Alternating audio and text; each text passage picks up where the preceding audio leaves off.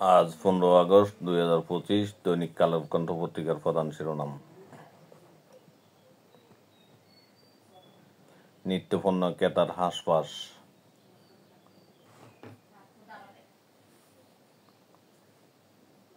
ফুঁসছে তিস্তা বন্যার শঙ্কা।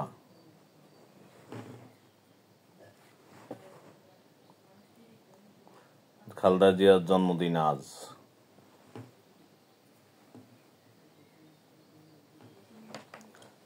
পাকিস্তান ও চীনের মতো ভারতের সঙ্গে ভালো সম্পর্ক চায় বাংলাদেশ, CNN টিভিকে ডক্টর ইউনূস। দুশ্চিন্তা বাড়ছে, লুট হওয়া অস্ত্র, সামনে নির্বাচন।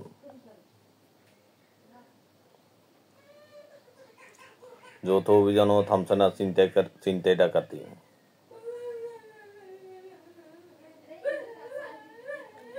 সাদা পাথরের শ্রী ফেরাতে প্রশাসনের তোড়জোড়। চাঁদাবাজির ঘটনা, আসিফের বিচার হবে না, ফাঁসবে নৌফু।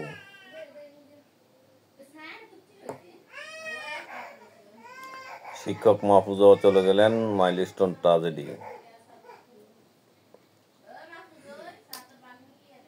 5 আসনে তারুণ্যের প্রাধান্য।